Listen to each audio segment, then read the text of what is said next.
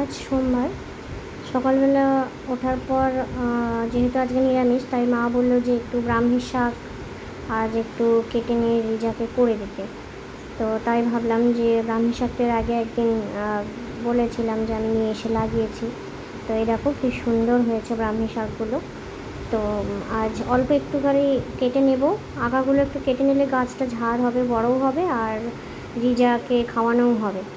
শাকটা প্রচণ্ড তেতো, খেতে চায় না, কিন্তু তাও আমি খাওয়াবো, কেননা সব কিছুরই ভিটামিন প্রোটিন থাকে, আর ব্রাহ্মী শাকের তো অবশ্যই আছে।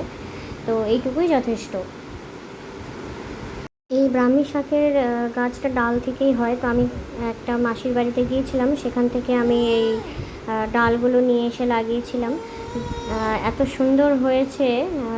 আর নিজের বাড়ির গাছ থেকে নিয়ে গিয়ে রান্না করা, এই বিষয়টা তো আমি আগেই বলেছি, আমার খুব ভালো লাগে, সবারই ভালো লাগে, কিন্তু যাই হোক একটা আলাদাই কাজ করে ইমোশনস। আর এই গাছটা দেখো, এটা হচ্ছে পর্তুলিকা। এই গাছের পাতাটাও ঠিক একই রকম, খালি ব্রাহ্মী শাকেরটা একটু ছোট আর এগুলো একটু বড়। কালারটা কি অপূর্ব না দেখতে ফুলটার! এটাকে 9 o'clockও বলে। যখন ফোটে একসাথে অনেকগুলো, কী যে অপূর্ব লাগে দেখতে, বলে বোঝানো যাবে না। এখানে দুটো কালার আছে, একটা দুধে আলতা আর একটা পিঙ্ক, কিন্তু দুটোই কালার আমি ঠিকমতো বোঝাতে পারছি না। তো যাই হোক, এখানে শাকটাকে আমি ভালো করে ধুয়ে নিয়েছি, তারপর কুচি করে একটু কেটে নেব। রিজা পাশ থেকে খুব ইয়ে করছে, খিদেও পেয়ে গেছে। তো এটা আমি হচ্ছে প্যানের মধ্যে একটু ঘি দেবো, ঘিয়ে একটু সতে করে নেবো, জাস্ট বেশি ভাজবও না, আবার বেশি কাঁচাও রাখবো না, মানে বেশি হিটে রেখে সবজির যে ভিটামিন বা গুণ থাকে সেটা নষ্ট হয়ে যায়।